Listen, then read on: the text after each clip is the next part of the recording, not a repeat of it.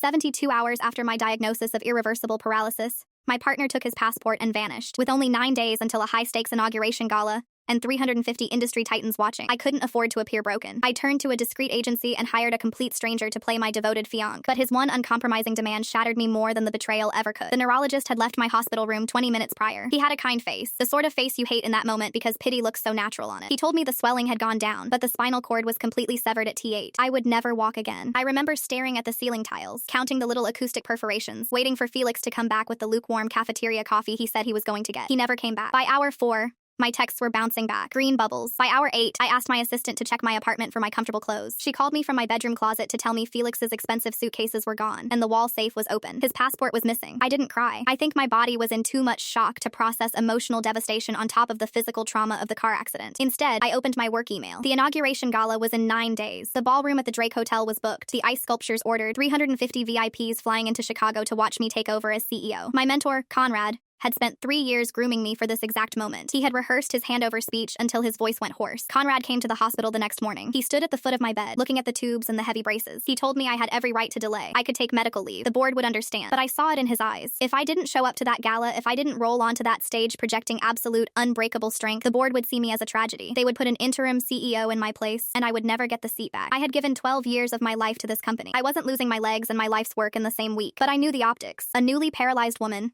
abandoned by her fiancé, rolling out alone. It smacked of vulnerability. The sharks in the boardroom would smell blood in the water. So, I made a reckless choice. Late that night, listening to the beep of the heart monitor, I found a high-end, highly discreet companionship agency. I didn't need an escort. I needed a human shield. I sent the agency the most degrading message imaginable. I typed out the humiliating truth in sterile clinical terms. Irreversible spinal cord injury. A cowardly partner who bolted. A massive corporate coronation where I needed to look invincible. I just needed a man willing to stand behind my wheelchair, so the board wouldn't see me as a broken woman, before I even took the helm. Declan replied at 2:14 a.m. His profile didn't look like a pristine fashion model. He had broad shoulders, a faint scar on his chin, and a quiet, grounded energy in his photos. He looked fiercely reliable. His message was brief: I'll take the job, but I have one non-negotiable condition. We don't hide the chair, and we don't lie to the people who matter. You tell the board chairman the truth about me first. If he approves of the arrangement, I'll be there. I sat in my dark hospital room, the blue light of the phone illuminating my face, and wept. It was the first time I had cried since the crash. That kind of integrity was rare, and it was exactly what Felix had lacked. I told Conrad the truth the day I was discharged. He was silent for a long time, tapping his pen on his mahogany desk before finally nodding. He agreed to the ruse. He understood the brutal theater of corporate politics better than anyone. We arranged a prep dinner at my newly modified,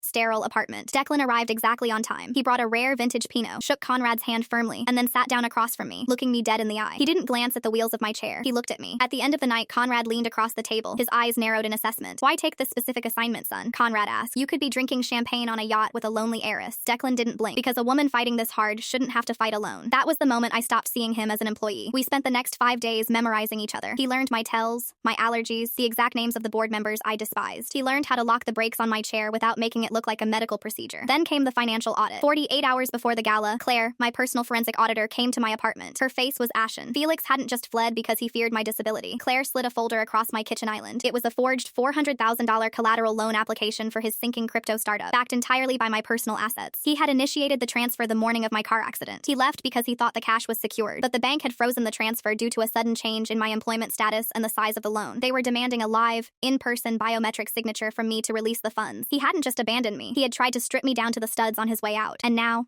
he was stuck. I didn't tell Declan about the money. I just told him to be ready. 9 days after the diagnosis, I was rolling up the ADA ramp to the main stage of the Drake Hotel ballroom. Declan walked perfectly in step beside me in a midnight blue tuxedo, radiating calm. When the spotlight hit us, the murmurs died down. For a few brilliant minutes, looking out at the sea of faces, my wheelchair wasn't the defining feature of my existence. I felt powerful. Then the heavy oak doors at the back of the hall slammed open. It was Felix. He was disheveled, frantic, and projecting a desperate energy. He practically sprinted down the center aisle, dropping to his knees halfway to the stage, weeping loudly enough to echo off the vaulted ceiling. Zara, forgive me, he wailed. The accident traumatized me. I panicked, but I'm here. I can't live without you. The ballroom fell dead silent. You could hear the clinking of ice melting in glasses. But from my vantage point, I saw Felix's eyes flick toward the flashing cameras in the press pit, calculating the optics. He knew I wouldn't make a scene in front of the board. He thought he could force a public reconciliation, corner me in the hotel suite later, and get that biometric signature. Before the murmurs could start, Declan stepped smoothly in front of my chair. He didn't rush. He descended 2 steps off the stage, positioning himself like a reinforced steel barrier between me and Felix. It's time for you to leave, Declan stated. His voice wasn't a shout. It was a dangerous, vibrating rumble. Felix's pathetic tears vanished instantly, his face contorted into an ugly, entitled snarl. He stood up, brushing off his knees, and glared at Declan. "Get out of my way. Rent a date. I know what you are. She's my fiancé. I'm taking her home." That was the exact second my compromised nervous system overloaded. They warn you about it in rehab, but nothing prepares you for autonomic dysreflexia. The sheer panic, the flashing lights, the sudden surge of adrenaline below my injury level, it spiked my blood pressure to a lethal degree. A crushing,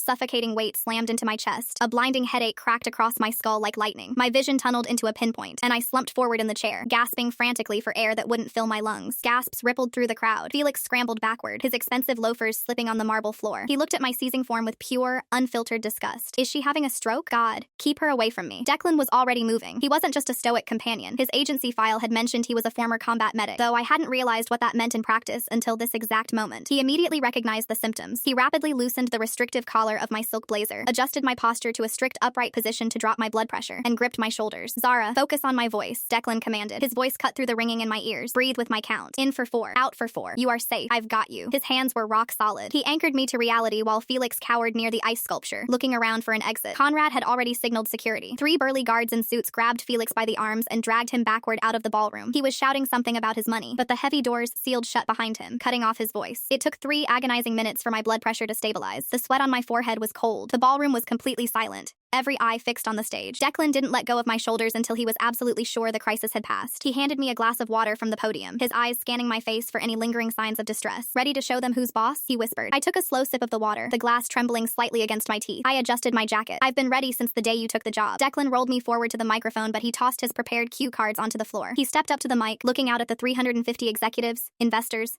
and board members. "You came tonight wondering if Zara had the strength to lead this company," Declan said, his voice carrying perfectly across the silent room. "You just watched her face down betrayal and physical agony without surrendering an inch of dignity. She didn't hide. She didn't break. She is the strongest person in this room, and if you can't see that, you don't deserve her leadership." The silence held for one heartbeat. Then Conrad stood up from the front table and started clapping. Within seconds, the applause was deafening. The entire room rose to their feet in a standing ovation. I smiled, looking out at the people who would dictate my professional future, with Declan standing firmly beside me. But what I couldn't see in that moment of triumph was that Felix hadn't left the premises. Security had tossed him out of the lobby, but he had slipped down into the underground parking garage. While I was smiling for the cameras, Felix was pacing between concrete pillars, furiously dialing a number. The weekend passed in a blur of congratulatory emails and press clippings. The narrative was set. I was a resilient, unshakable force. Declan stayed with me through Sunday, making sure the lingering effects of the dysreflexia didn't return. When he left my apartment Sunday evening, the quiet he left behind was palpable. Monday morning, I rolled into the executive suite of the corporate headquarters for my first official day as CEO. The nameplate on the heavy glass door was fresh. The view of the Chicago skyline from the corner office was spectacular. I pushed my chair behind the massive oak desk, ready to finally get to work. But my assistant didn't bring in my morning briefing. Instead,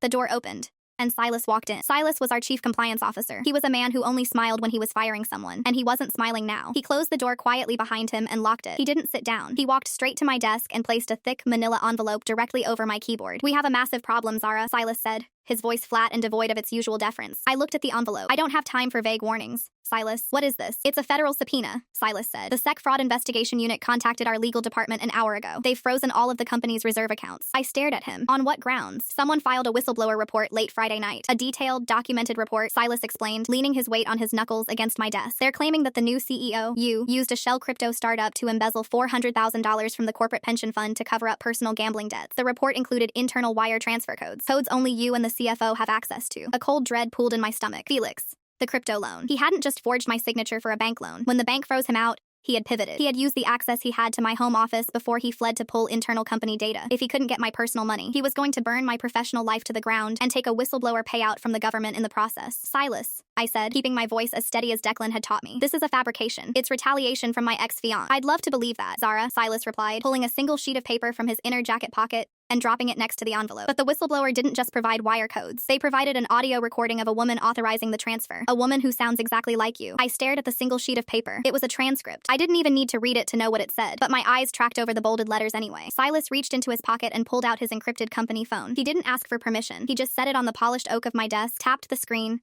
and hit play. The audio was pristine. It started with the automated greeting of our corporate banking partner, followed by a live representative asking for voice verification. And then, I heard it. I heard myself. "This is Zara. Authorization code Delta 9047. Initiate the transfer of $400,000 from the executive reserve to the provided external account." The pacing of the speech, the slight, almost imperceptible hesitation before the authorization code, the way the A in my name clipped at the end. It was flawless. If I hadn't been lying in a hospital bed with a tube down my throat at the exact timestamp noted on the transcript, I would have sworn I said it myself. Turn it off, I said, my voice barely a whisper. Silas tapped the screen, and the room went dead silent again. The hum of the air conditioning suddenly sounded like a jet engine. That was recorded on the morning of your accident, Silas said. His tone wasn't accusatory, which was somehow worse. It was purely clinical. The bank flagged it internally because of the amount, but the voice verification passed their security software. When the whistleblower report dropped last night with this attached, the SEC subpoenaed the bank's raw audio files. The feds believe you initiated this transfer to a shell account, panicked when you got into the accident, and have been using Felix as a scapegoat to cover your tracks. I gripped the armrests of my wheelchair so hard my knuckles turned white. Felix hadn't just panicked and fled. He was a tech founder, a failed one. But he knew software. He had spent 4 years living with me. He had hundreds of hours of video on his phone, voicemails, Zoom recordings from when we worked in the same home office. It takes less than 3 minutes of clean audio to train a voice cloning AI model today. He had trained it on my voice, fed it the authorization codes he dug out of my physical safe while I was bleeding out in an intersection, and made the call. It's a deepfake, Silas, I said, forcing my breathing to stay even. Felix is a crypto developer. He cloned my voice. I believe you, Silas said, and he actually looked like he meant it. But my belief doesn't matter, Zara. The SEC doesn't deal in beliefs. They deal in ledgers and evidence. Right now, they have a verified audio file of the CEO draining pension funds, and they have frozen the company's operating accounts. We can't make payroll on Friday. That hit me harder than the recording. 1,200 employees, 1,200 families who relied on this company to pay their mortgages, buy their groceries, keep their lights on. And because of the man I had let into my life, they were going to get an email on Thursday telling them their paychecks were indefinitely delayed. What does the board know? I asked. Everything, a new voice said. I looked past Silas. Conrad was standing in the doorway of my office. He looked 10 years older than he had at the gala on Saturday night. He stepped inside and closed the heavy glass door, locking it behind him. I convened an emergency session at 6 this morning when legal got the subpoena, Conrad said, walking over to the window and looking out at the skyline. They wanted to terminate you with cause immediately, to distance the company. Conrad, I started, the panic finally beginning to crack my composure. I fought them, he interrupted, turning to face me. I reminded them of the exact timeline of your accident. I showed them the medical reports. I told them there is no physical way you made that call. But Zara, the optics are disastrous. The board is giving us exactly 48 hours to prove the audio is fraudulent and get the SEC to lift the freeze. If we can't do that by Wednesday morning, you're out. They'll install an interim CEO and throw you to the federal prosecutors to save the company's stock. 48 hours. Silas picked up his phone. I have to suspend your system access, Zara, as of right now. You are officially on administrative leave pending the investigation. You can't access company emails, internal documents, or the financial servers. Day 1. I had been in the chair for 20 minutes. Fine, I said, my voice hardening. I wasn't going to cry in front of them. Suspend my access. But I need Claire here, right now. Claire is an internal auditor. Silas objected. She's compromised if she helps you. She's my personal forensic accountant, I snapped. I hired her out of my own pocket to look into Felix before the gala. She found the forged loan. She knows his digital footprint. I need her. Conrad nodded at Silas. Make it happen, but do it quietly. Silas left the office, leaving me alone with Conrad. My mentor walked over and sat in one of the leather guest chairs opposite my desk. He rested his elbows on his knees, rubbing his temples. I'm sorry, Zara, he said quietly. I didn't see this coming. Neither did I. I looked down at my legs, motionless beneath the fabric of my tailored trousers. A sharp, involuntary spasm shot through my right calf, making my foot jerk violently against the footplate of my chair. It was a stark reminder that my body was fighting a war on top of the one I was fighting in this room. We need an external lawyer, the best defense attorney in Chicago, who handles white-collar federal fraud. I've already made the call, Conrad said. Her name is Margot Brennan. She's brutal. She's expensive, and she hates the SEC more than she loves money. She's meeting us at your apartment in 2 hours. Conrad stood up, buttoning his suit jacket. Go home, Zara. Wait for Margot. Do not speak to anyone in the lobby. Do not answer unknown numbers on your cell. I'll handle the internal communications here. He left. I sat alone in the corner office I had worked 12 years to earn. The silence was suffocating. I rolled backward, maneuvering the chair around the massive desk. I navigated the plush carpet, my arms already burning from the tension, and made my way to the private executive elevator. The ride down to the parking garage was a blur. My driver, a quiet man named Thomas, helped me transfer from my chair into the back of the SUV. I stared out the tinted window as we pulled into the Chicago traffic, watching the city move around me, completely oblivious to the fact that my entire life was collapsing for the second time in 2 weeks. When we got to my apartment building, Thomas helped me back into my chair. I rolled into the lobby, took the private elevator up to my floor, and unlocked my front door. The apartment was too clean. The sterile modifications I had rushed to install, the lowered counters, the widened doorways, the removed rugs, made it feel like a hospital ward masquerading as a luxury condo. I rolled into the kitchen and poured myself a glass of water, my hands shaking so badly the ice clinked violently against the glass. I needed an anchor. I needed someone who wasn't looking at me like a liability,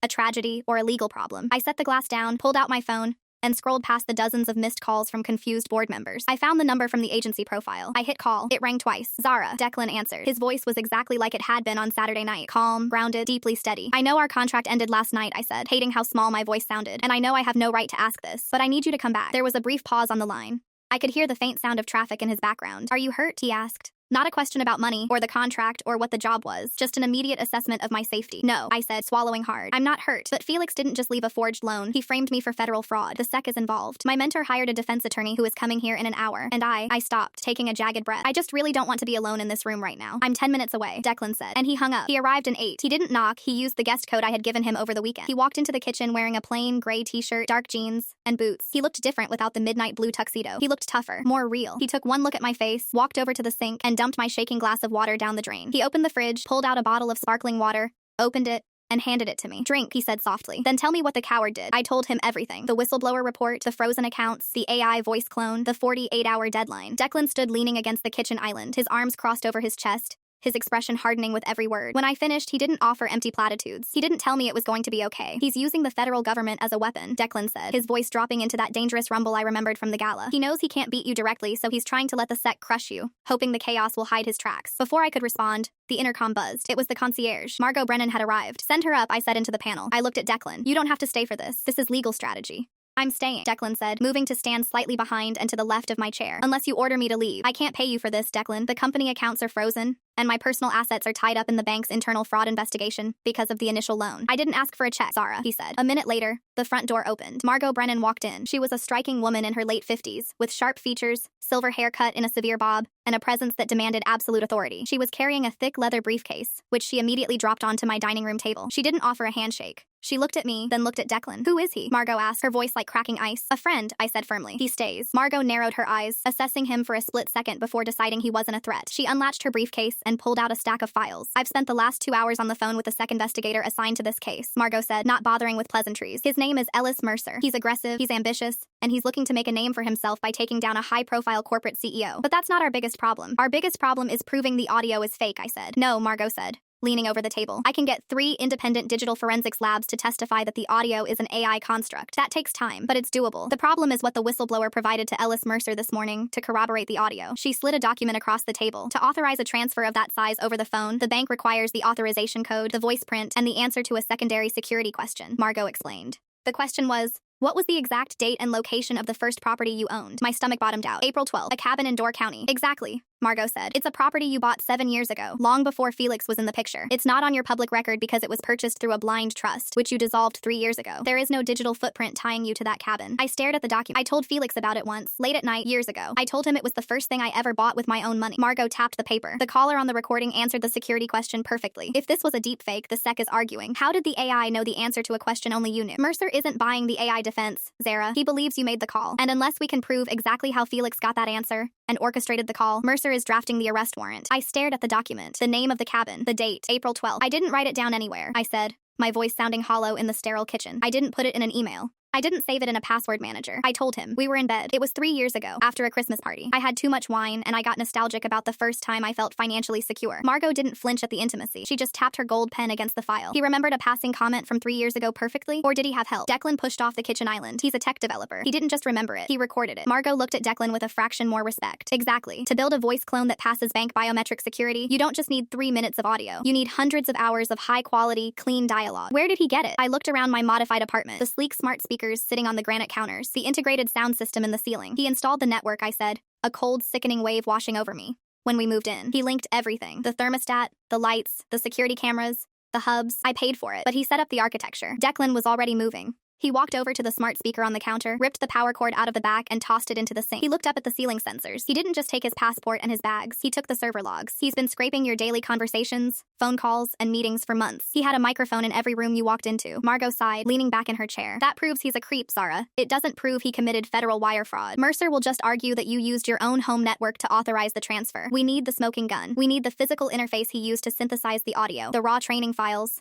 and the IP address it was sent from. He took his laptop and his hard drives, I said. The safe was completely empty when I asked my assistant to check it on day 1. Did he have a secondary workspace? Margot pressed. A server rack? A storage unit offsite? I shook my head. No, he ran everything out of the home office. We shared it. My home office. The room I hadn't been in since the accident. The doorways in this apartment had been widened by the emergency contractors, but the office was down a narrow hallway they hadn't finished yet. I hadn't even looked inside since they brought me home from the hospital. Declan, I said. Wheel me to the office. He didn't hesitate. He came up behind me, disengaged the manual brakes, and pushed me down the hallway. The door was closed. He turned the handle and pushed it open, and we stopped in the threshold. The room was a disaster. It wasn't just messy. It had been violently scavenged. Desk drawers were pulled completely out of their tracks and dumped on the Persian rug. The massive dual monitor setup Felix used was gone. The heavy power cables hanging off the edge of his standing desk like dead snakes. But my desk, my antique cherrywood desk, was untouched. Margot walked in behind us, stepping carefully over a pile of discarded user manuals and charging blocks. He was in a hurry, she noted, her eyes scanning the wreckage, but he was thorough on his side of the room. He took the main tower, I said, pointing to the empty metal bracket under his desk. That's where he stored his primary builds. Declan crouched down near the mess on the floor. He sifted through the papers with gloved hands. He had pulled a pair of black nitrile gloves from his jacket pocket, a leftover habit from his medic days. If he was in a rush, he might have missed a physical backup, a flash drive, an external solid-state drive. A guy like Felix doesn't leave loose ends laying on a rug, Margot said dismissively. We need to subpoena his cloud providers. Google, Oz, whatever his crypto startup used to host their data. That takes weeks, I said, the crushing reality of the timeline hitting me again. I have until Wednesday morning before the board formally terminates me and hands me over to the Justice Department. I stared at his empty desk. Felix was arrogant.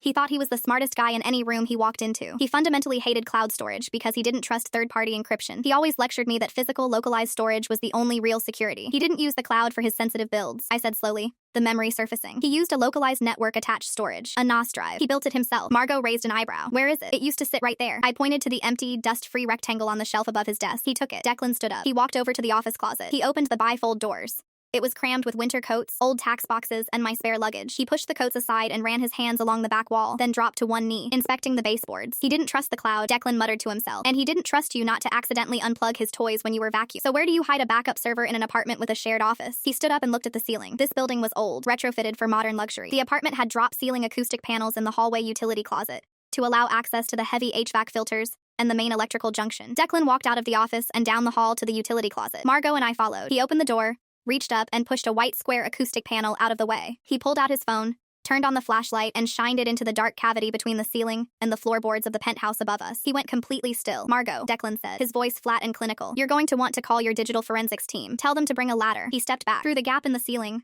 a tiny blue LED light was blinking rhythmically in the shadows. Felix hadn't just tapped the smart speakers, he had hardwired a hidden backup server directly into the apartment's main fiber optic line, bypassing my router entirely so I wouldn't see the bandwidth drain on the monthly utility bill. Margot pulled out her phone, her eyes practically gleaming. Don't touch it. Don't even breathe on it. While Margot stepped into the living room to make the call, Declan crouched down in the narrow hallway so he was eye level with me. You're shaking again, he said quietly. I'm angry, I said. The adrenaline was making my teeth chatter, a fierce, vibrating tension in my jaw. He lived in my house. He ate my food. He slept in my bed, and he wired a surveillance server into my ceiling to steal my voice and drain my company. Declan reached out and placed his hand over mine, gripping it firmly against the armrest of the wheelchair. It wasn't a romantic gesture. It was a physical anchor. His palm was warm and callous. Use the anger, Declan said. Panic is useless. Sadness is a luxury you can't afford right now. But anger? Anger keeps you sharp. I took a sharp breath, letting the steady pressure of his hand ground me. How long until the forensics team gets here? Margot walked back into the hallway, slipping her phone into her blazer pocket. 45 minutes. And they charge $1,200 an hour. Put it on my personal credit card, I said, before the sec realizes they forgot to freeze that too. We moved back to the kitchen. Declan made a pot of black coffee while Margot spread her legal pads across the island, outlining the defensive strategy. If the hidden server contained the AI model and the raw voice data, we could definitively prove Felix generated the call. But we still had to tie the actual transfer of the funds directly to his external accounts, which were likely heavily encrypted and routed through offshore crypto exchanges. The intercom buzzer on the wall rang. It was a sharp, grating sound. It wasn't the forensics team. They wouldn't be here for another half hour. Declan walked to the panel and tapped the screen to wake up the video feed from the lobby. He looked at the monitor, his jaw tightening. Zara, you need to see this. I wheeled over to the wall. Standing in the brightly lit marble lobby, looking perfectly put together in a tailored charcoal suit, was Felix. He looked exactly like the man I had planned to marry, not the man who had scrambled across the ballroom floor in terror 2 days ago. But he wasn't alone. Standing next to him was a man in a cheap tan suit,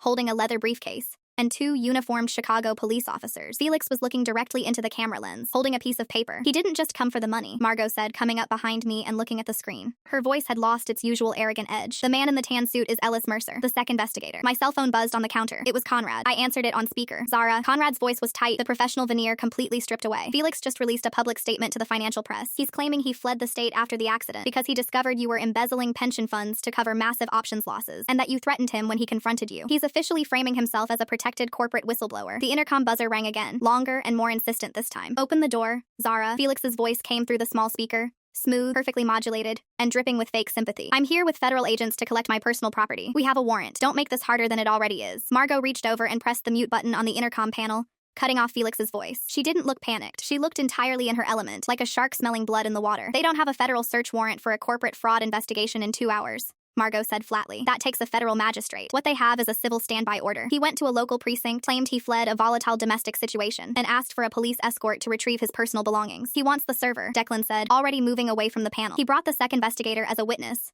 to make sure you didn't destroy his property while he collected it. If he walks in here and claims that hardware, it becomes his personal property under the civil order, Margot said, her eyes snapping to Declan. He walks out the door with it, and we lose the only physical proof of the deepfake. How long can you stall them in the lobby? Declan asked. 3 minutes. 4 if the cops are slow readers. Declan didn't say another word. He sprinted down the hallway. Margot unmuted the intercom. Officer, this is Margot Brennan. I am legal counsel for Miss Zara. Hold the document up to the camera lens. I'm not buzzing anyone up until I verify the scope of the order. I wheeled myself forward so I could see the monitor. The officer in the lobby looked annoyed, but he held the folded piece of paper up to the glass. Margot leaned in, her eyes scanning the blurry text on the screen. Down the hall, I heard the sharp scrape of a dining chair being dragged across the hardwood floor, followed by the soft thud of the acoustic ceiling panel being pushed aside. It's a standard property retrieval, Margot muttered, still staring at the screen. Clothing, personal electronics, toiletries, standard boilerplate. She pressed the button again. Understood, officer. You may escort him up to collect his clothes. The federal agent can wait in the lobby. This is a civil domestic matter, not a federal raid. Ellis Mercer, the man in the tan suit, leaned into the frame. Miss Brennan, I'm here in an unofficial capacity. Mr. Felix expressed concern that evidence relevant to an ongoing SEC inquiry might be housed in his personal equipment. I'm just here to observe the chain of custody. You have no jurisdiction here without a federal warrant, Mercer. Margot snapped back. Wait in the lobby or I'll have the building concierge trespass you. She muted the panel again. Down the hall, there was a sharp snap of plastic and the distinct sound of wires being severed. A few seconds later, Declan walked back into the living room. He was holding a black rectangular metal box, roughly the size of a thick dictionary. A tangle of Ethernet cables dangled from the back. Margot opened her heavy leather briefcase on the kitchen island. She dumped out a stack of legal pads and manila folders to make room. Put it in, she ordered. Declan dropped the server into the briefcase. Margot snapped the brass latches shut and spun the combination dials. She pushed the briefcase to the center of the island and leaned against it, crossing her arms. All right, Margot said, nodding to me. Buzz them up. I pressed the unlock button. A heavy silence settled over the apartment, broken only by the hum of the refrigerator. I backed my wheelchair up, positioning myself next to the island, forcing myself to sit entirely upright. Declan stood off to my right, his posture relaxed, but his eyes locked on the front door. 2 minutes later, the heavy brass knocker on my door sounded. Margot walked over and pulled the door open. 2 uniformed officers stood in the threshold, looking bored. Felix stood between them. He had rehearsed his expression perfectly, a mix of sorrow, apprehension, and righteous victimhood. He stepped into the apartment, his eyes landing on me in the wheelchair. He let out a soft, theatrical sigh, shaking his head as if the sight of me pained him. Zara, Felix said, his voice gentle, dripping with fake concern. You didn't have to lock me out of my own life. I just want my things. I didn't say a word. I just stared at him. The sheer audacity of his performance made my stomach turn, but I remembered Declan's hand on mine. I used the anger. I let it freeze my face into a mask of total indifference. Your client has 15 minutes to collect his personal effects, Margot told the officers. He is not to touch any shared property, any fixtures, or any documents. If he attempts to access any financial records or hard drives not explicitly belonging to him, I will have him arrested for theft. Felix ignored her. He walked straight past us, heading for the bedroom to grab his remaining suits, but his eyes darted nervously toward the hallway that led to the office. He came out of the bedroom 5 minutes later, dragging a heavy rolling suitcase. He left it by the front door and turned toward the office. I have some development hardware in the study, he told the cops. I need to grab. He walked down the narrow hall. I wheeled myself forward to the edge of the living room so I could see him. Declan walked beside me. Felix stepped into the ruined office. He looked at the empty bracket under his desk,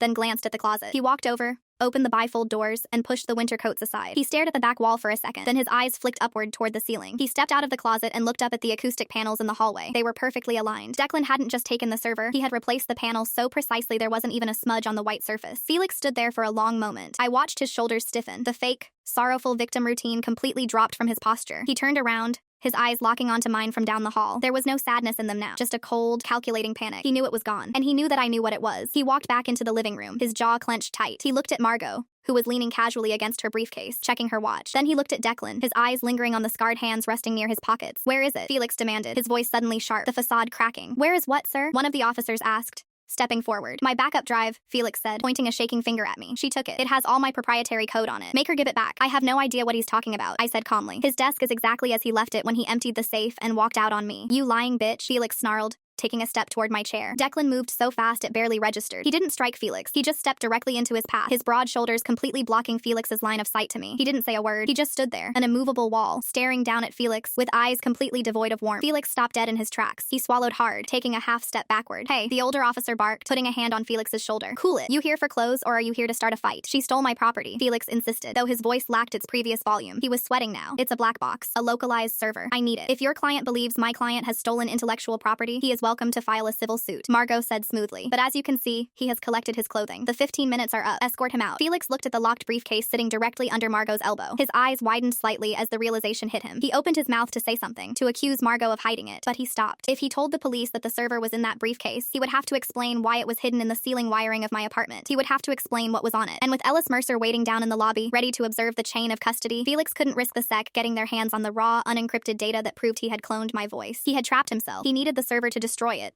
not to hand it over to the feds. Fine, Felix spat, grabbing the handle of his suitcase. He looked over Declan's shoulder at me. This isn't over, Zara. You can't hide behind expensive lawyers forever. The SEC is going to see exactly who you are. He turned and walked out the door, the two officers following closely behind. Margot waited until the heavy deadbolt clicked shut before letting out a long, slow breath. She turned around and patted the top of the leather briefcase. Well, that was entirely too close. He knows we have it, Declan said, not relaxing his posture. He's going to panic, and a panicked man with federal backing is dangerous. Let him panic, Margot said, pulling out her phone. I'm calling the forensics lab. I want them to meet me at a secure, air-gapped facility. We are not plugging this thing into the internet anywhere near this building. What about the company? I asked, looking at the time on the microwave clock. It was pushing past noon. The SEC still has the accounts frozen. We have less than 40 hours before the board fires. Margot looked up from her screen. Once the forensics team verifies the AI model is on this server, we take the report straight to Ellis Mercer. We prove Felix had the means, motive, and opportunity to fake the call. That won't be enough. Silas's voice cut through my memory. The feds believe you initiated this transfer to a shell account, panicked when you got into the accident, and have been using Felix as a scapegoat. Margot, I said, wheeling closer to the island. Mercer isn't going to drop the subpoena just because we prove Felix owned voice cloning software. Mercer thinks we were in on it together. He thinks I authorized the transfer,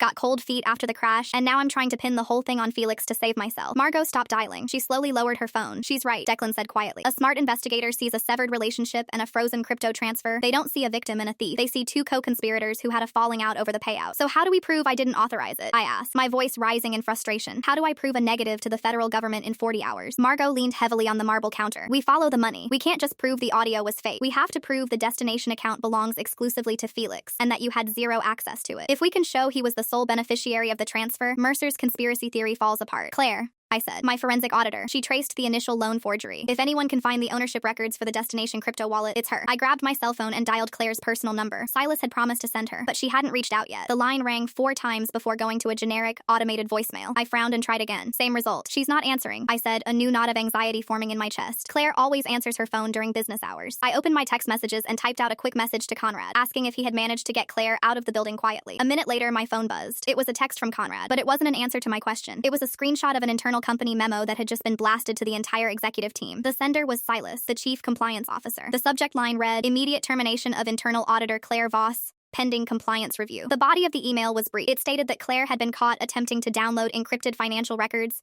without authorization and had been escorted out of the building by corporate security. Her company laptop and cell phone had been seized. I stared at the glowing screen, the words blurring together. They fired her, I whispered, holding the phone out so Margot and Declan could see it. Silas fired her before she could leave the building. They confiscated her devices. Margot cursed softly under her breath. Silas is covering his own liability. He doesn't want an internal auditor digging around in the frozen accounts while the SEC is breathing down his neck. He's locking down the company. He just cut off my only way to trace the money, I said, dropping the phone onto the counter. The exhaustion I had been holding back for the last 48 hours finally crashed over me. My spine ached violently where the metal rods had been fused, a dull, throbbing reminder of my physical reality. We need a forensic accountant, Margot said, her mind already pivoting to the next solution. I have a guy in New York, but he's expensive, and it will take him a day just to get up to speed on the ledger architecture. We don't have a day, I said. I need the money traced by tomorrow night. Declan walked around the kitchen island. He picked up my phone, looked at the screenshot of the memo, and then set it back down. Claire already traced the initial loan forgery before the gala, right? Declan asked. Yes, I said. She gave me a physical file on Friday. Where is it? I pointed to a stack of mail on the entryway table. In the blue folder. Declan walked over, grabbed the folder, and brought it back. He opened it on the counter, spreading out the printed bank statements, IP logs, and the forged signature document Claire had compiled. I'm not a forensic accountant, Declan said, tracing a finger over a string of alphanumeric characters on the second page. But in my line of work before I joined the agency, I did a lot of private contracting, corporate espionage, asset recovery. I know how people hide things when they don't want them found. Margot looked at him, her eyes narrowing. You were a combat medic. I was a medic, Declan corrected smoothly. Then I worked in the private sector for 6 years. I've tracked shell companies through the Cayman Islands and intercepted crypto wallets for clients who had a lot more to lose than a CEO title. He pulled a pen from his pocket and circled a transaction note on Claire's report. Felix is arrogant, Declan said. He built a physical server in your ceiling because he doesn't trust the cloud. A guy like that doesn't trust offshore crypto tumblers either. He wants control of his money. He probably set up the receiving wallet using a proxy server,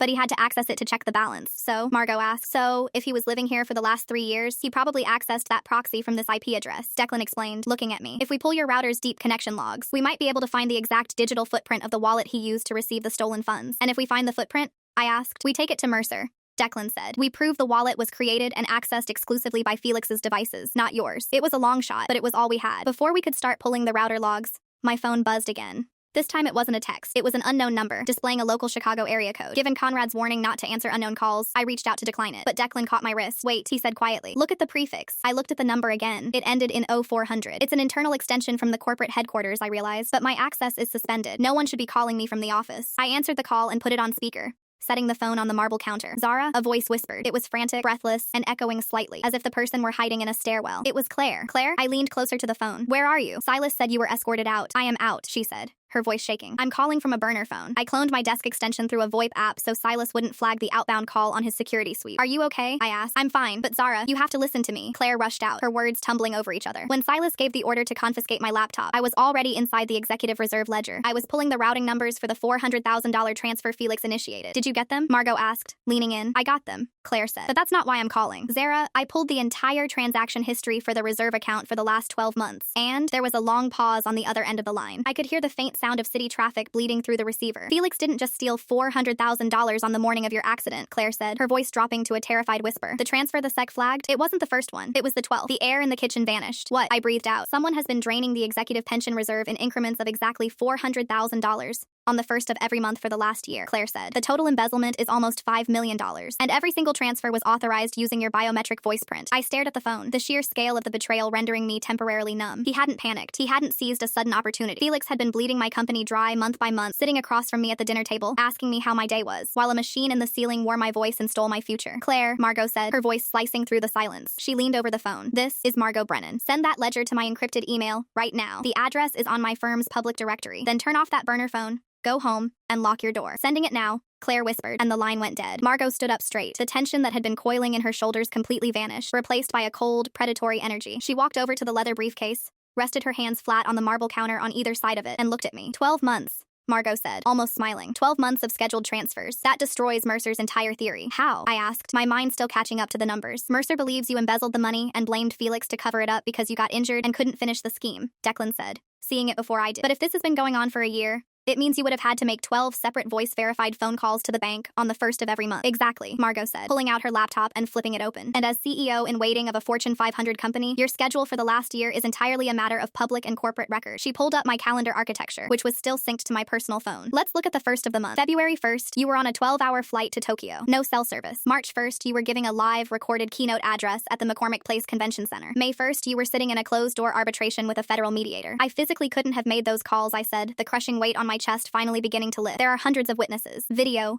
evidence. You couldn't have, Margot agreed. But a localized server, hardwired into your apartment's fiber optic line, programmed to dial an automated banking system, and play a synthetic voice file at exactly 9 Delo AM on the first of every month, that could. Margot didn't waste another second. She walked over to the intercom panel and pressed the button for the lobby concierge. Yes, Miss Brennan, the concierge answered. Is Agent Mercer still in the lobby? He is. He's sitting by the front windows. Send him up, Margot commanded. Tell him we have the evidence he's looking for. 5 minutes later, Ellis Mercer knocked on my door. He walked into the apartment looking wary, his eyes darting from Margot to Declan to me in the wheelchair. He had expected to find a panicked, cornered executive. Instead, he found Margot Brennan pouring herself a glass of sparkling water while a black metallic server sat on the kitchen island like a hunting trophy. I don't have time for legal games, Miss Brennan, Mercer said, keeping his distance. If you withheld evidence from a federal inquiry, save the speech. Ellis, Margot interrupted, sliding her laptop across the counter so it faced him. I'm about to hand you the biggest wire fraud conviction of your career, wrapped in a bow. But you're going to drop the subpoena against my client's company the second I do. Mercer looked at the laptop screen. It was the ledger Claire had just emailed. 12 transfers, Margot said, tapping the screen, totaling nearly $5 million.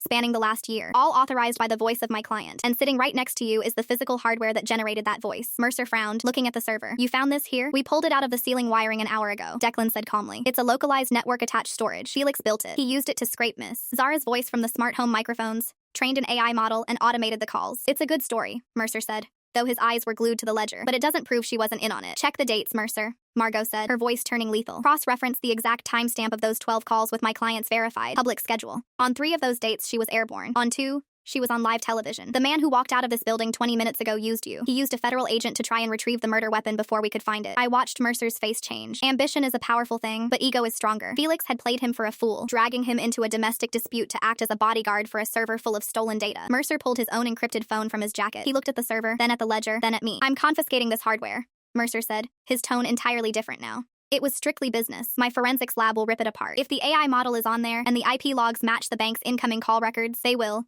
I said, speaking directly to him for the first time. And when they do, I want the freeze on my company's operating accounts lifted immediately. I have 1,200 employees who need to be paid on Friday. If the data holds up, the freeze will be lifted by tomorrow morning, Mercer promised. He closed Margot's laptop, picked up the heavy server, and tucked it under his arm. Don't leave the city, miss. Zara will be in touch. He walked out the door, moving with the hurried purpose of a man who suddenly had a very different target in his sights. The apartment fell dead quiet. Margot let out a sharp, genuine laugh. She snapped her briefcase shut. I'm going to my office, she said, checking her watch. I have to draft the motion to vacate the subpoena the second Mercer's lab finishes their sweep. Take a breath, Zara. You survived the ambush. She let herself out, leaving me alone with Declan in the sterile, modified kitchen. I looked at him. The adrenaline was finally leaving my system, leaving behind a deep, hollow exhaustion. But beneath the exhaustion, there was something else, a profound sense of ownership. Felix had tried to take my money, my reputation, and my voice, and he had failed. It's over, I said softly. Declan walked over to the sink, picked up the glass he had taken from me earlier, washed it, and set it on the drying rack. He wiped his hands on a towel and turned to look at me. It's just starting, he said. The board is still going to want blood. Silas is still going to be a problem. You still have to run a company tomorrow. Silas is going to spend tomorrow morning reinstating Claire Voss and doubling her salary, or I'm firing him for cause, I said, my voice steady, and the board will fall in line. I just handed them back $5 million they didn't even know was missing. Declan smiled. It was a small, rare thing, but it changed his whole face. He walked over to his jacket, which was draped over one of the dining chairs, and pulled it on. My contract was technically up yesterday, Declan said, adjusting his collar, and I don't think you need a human shield anymore. I watched him. I thought about the gala. I thought about the crushing weight on my chest when Felix had burst through the doors, and the absolute anchor of Declan's hands on my shoulders, forcing me to breathe. I thought about how he hadn't looked at my wheelchair once today with pity, only with the practical assessment of someone making sure the brakes were locked before a fight. You're right, I said. I don't need a shield. He nodded, stepping toward the door. But I do need dinner, I said. Declan stopped. He turned around, his hand resting on the brass knob of the front door. He looked at me. Really looked at me, stripping away the roles of client and contractor, executive and medic. I'm ordering Thai food, I told him, and I'm not paying your agency rate for the pleasure of your company. Declan let go of the door handle. He walked back into the living room, took his jacket off, and draped it back over the chair. He sat down across from me, the quiet, grounded energy settling over the room like a heavy blanket. Spicy? He asked. Lethal, I replied. I pulled my phone toward me and opened the delivery app. My legs still wouldn't move. The titanium rods in my spine still ached. The corporate war was waiting for me the second the sun came up. But as I sat there, listening to the quiet hum of the city outside my window, with a man who had stayed when everyone else had run, I realized something fundamental. I was still in the chair, but I was finally in the driver's seat.